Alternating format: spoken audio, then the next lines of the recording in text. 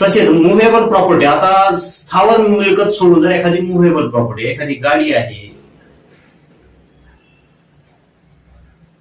एखादा टीव्ही आहे, एखादी मौल्यवान सोन्याची वस्तू आहे, चांदीची वस्तू आहे, इलेक्ट्रॉनिक वस्तू आहे, किंवा एखादी कुठलीही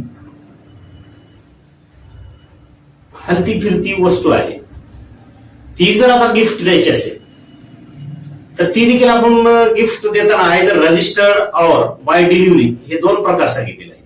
म्हणजे की इमोव्हेबल प्रॉपर्टी असेल स्थावर, त्याला तर ते कंपल्सरीच आहे की आपण ही रजिस्टरच केली पाहिजे.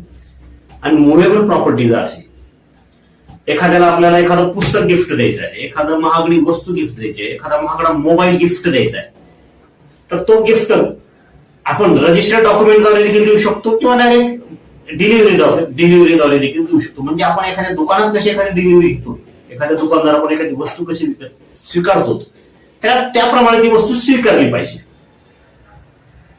तर अशा प्रकारची डिलिव्हरी देणे, दिली म्हणणे आणि ती मिळाली आणि स्वीकारली म्हणणे, त्याच वेळेस हे बक्षीसपत्र आणि याची व्याख्या ही पूर्ण होती.